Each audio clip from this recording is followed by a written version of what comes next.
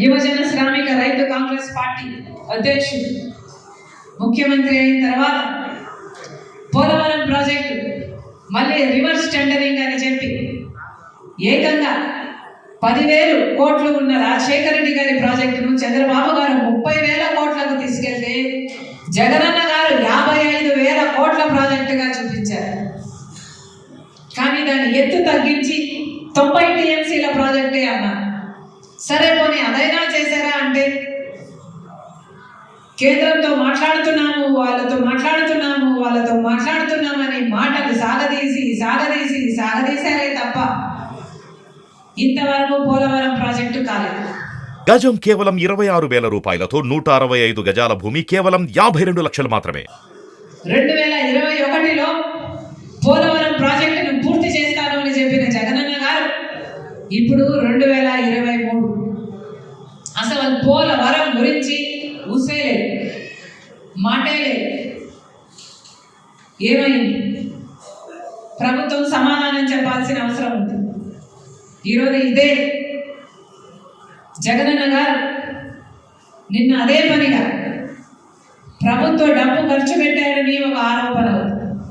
అదే సదస్సులో జగనన్న గారు చెప్పిన మాట, కాంగ్రెస్ పార్టీ ఆంధ్రప్రదేశ్ను చీల్చింది, నా కుటుంబాన్ని కూడా చీల్చింది అన్నారు. వేదిక మీద ముఖ్యమంత్రిగా ఉన్న జగనన్న గారు చేసిన వ్యాఖ్య, కాంగ్రెస్ పార్టీ ఆంధ్రప్రదేశ్ను చీల్చింది, నా కుటుంబాన్ని చీల్చింది, దేవుడే గుణపాఠం చెప్తాడు అని పెద్ద పెద్ద మాటలు మాట్లాడారు.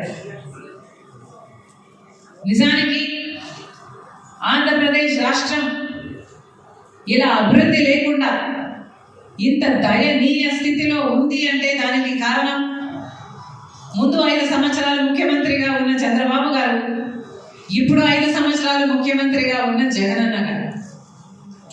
ఈరోజు రాజశేఖర రెడ్డి గారి కుటుంబం చీలింది అంటే అది చేతులారా చేసుకున్నది జగనన్న గారు.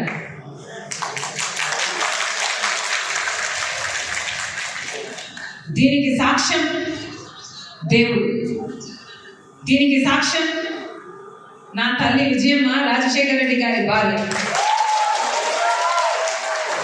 దీనికి సాక్ష్యం నా యావత్ కుటుంబం. జగన్మోహన్ రెడ్డి గారి పార్టీ ఇబ్బందుల్లో ఉంటే 18 మంది ఎమ్మెల్యేలు ఆ రోజు రాజీనామాలు చేసి జగనన్న వైపు నిలబడితే వాళ్ళను మంత్రులను చేస్తానన్నాడు జగనన్న. ఈరోజు వాళ్ళలో ఎంతమంది మంత్రులుగా ఉన్నారు? వాళ్ళు రాజీనామాలు చేస్తే అమ్మ నేను వాళ్ళ కోసం తిరిగాను, వాళ్ళ గెలుపుకు పాటుపడ్డాం, వాళ్ళను గెలిపించాను. ఆ తర్వాత వైసీపీ పార్టీ ఇబ్బందుల్లో ఉంది అని